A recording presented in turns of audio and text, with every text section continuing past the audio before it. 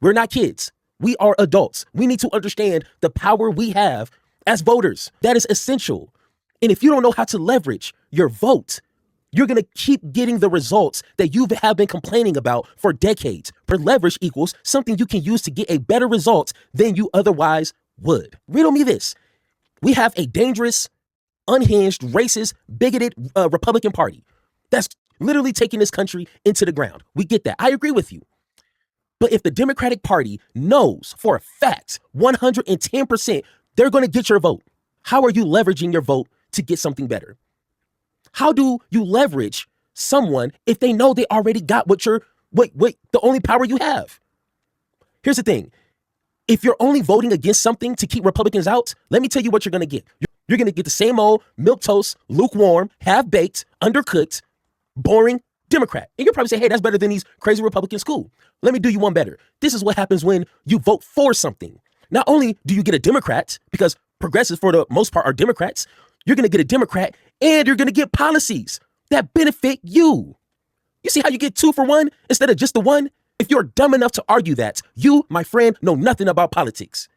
It is simple because this is politics 101. Do you want the Democratic Party to represent your interests? Do you want it to be a populist in the meaning of a kind of a majoritarian populist party that is therefore more electable because it is advancing popular policy items, right? That include not supporting endless wars, including not supporting genocide, include supporting Medicare for all, et cetera. And if you as a regular, mostly normie Democrat who supports those things, like 88% of Democrats who support Medicare for all, I think it's absolutely your obligation to say that I'm not going to give you my vote. It makes no sense when 88% of Democrats and almost half of Republicans support Medicare for all for you to be putting up even a single candidate in a presidential cycle who does not support Medicare for all. But that's exactly what we get every time. And it's an independent like Bernie who'll come along and be the one guy in the room who's willing to advocate for the obviously popular and electable thing. And if we're having an electability conversation fundamentally and a how to beat Trump conversation fundamentally, or JD Vance or Tucker Carlson, whoever it is that comes down the transom, then why wouldn't you enthusiastically be saying, oh my gosh, yes, we have to push these people into the electable position?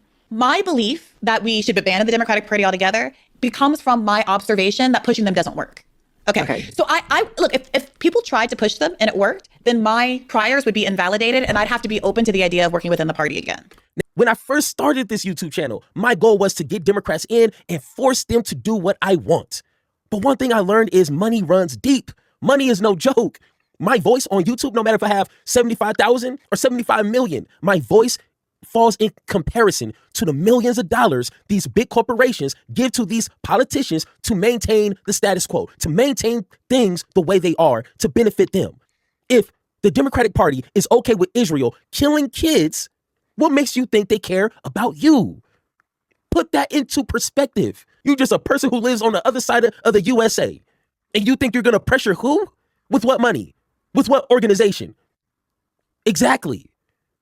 So this whole, we're just going to go in and force them. I've been there, done that. It didn't work. I'm changing the strategy. I'm 39 years old. I ain't trying to spend the rest of my life trying to force the party to do my bidding as a voter. I'm switching it up now. I personally, through my proximity to the Bernie campaign and following politics over the last 5 years and witnessing what Biden did with his trifecta for the first 2 years, his disinterest in shoring up the Supreme Court, packing the Supreme Court, doing any kind of real Supreme Court reform, even as the leaked memo that Roe was about to get overturned came out, all of that, the Build Back Better, bifurcation, the abandonment of the $15 minimum wage, all of those things have led me to the conclusion that I happen to hold. But I also acknowledge that other people aren't there yet. And to get to where I am, they have to witness what I've seen. So I would love to see them try to push the party. I suspect that they will fail and that they will come around to my side. But I do think the obligation is, of course, to push the party. It is a way to heighten the contradictions and cause people to have a consciousness about the Democratic Party and who they really are. And it's a consciousness that has started to happen under Bernie Sanders.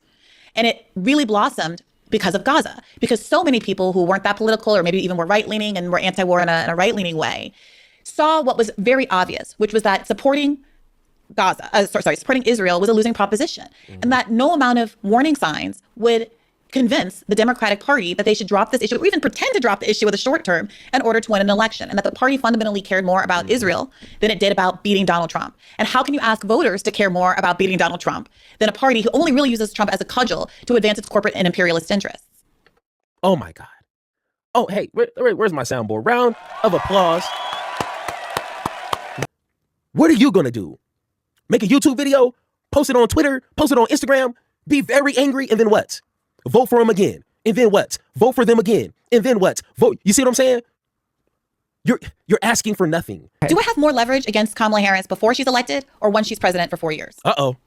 How does leverage work if you already gave in? When they already have the power, how does your leverage work? You already gave it away. You don't have no leverage. So when we say we're going to vote for our best interest, and if you don't have that, I'm not voting for you. And I don't call myself an aggressive progressive for nothing. We stand on business over here.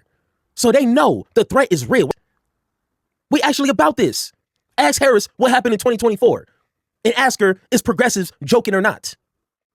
They're not joking. So either get with it or get lost. This is the Democrats' belief.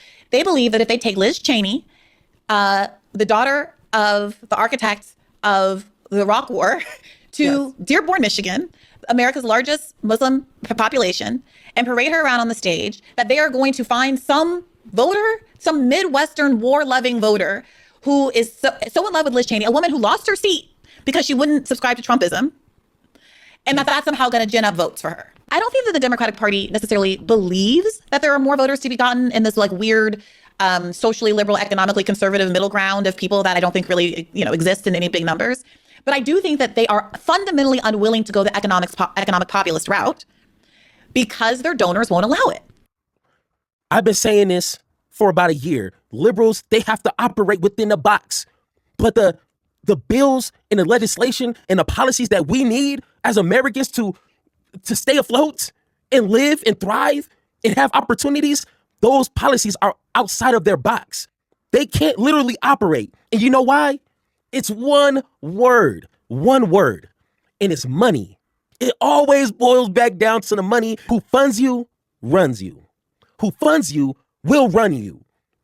And liberals keep running back saying, hey, vote blue no matter who. We got to go against these Republicans. Guess what? You're going to get that. A establishment Democrat. And when your ways of living, when your material conditions have not changed or changed marginally, a few extra breadcrumbs, and then when you're crying at the end of that 8 years, that life is still so hard to live, I want to ask you, how did your vote work out so far? You're still poor. Everything is increasing. You can't find no good job to pay a livable wage. I want you to tell me, how is your vote going? So at some point, when is enough for you?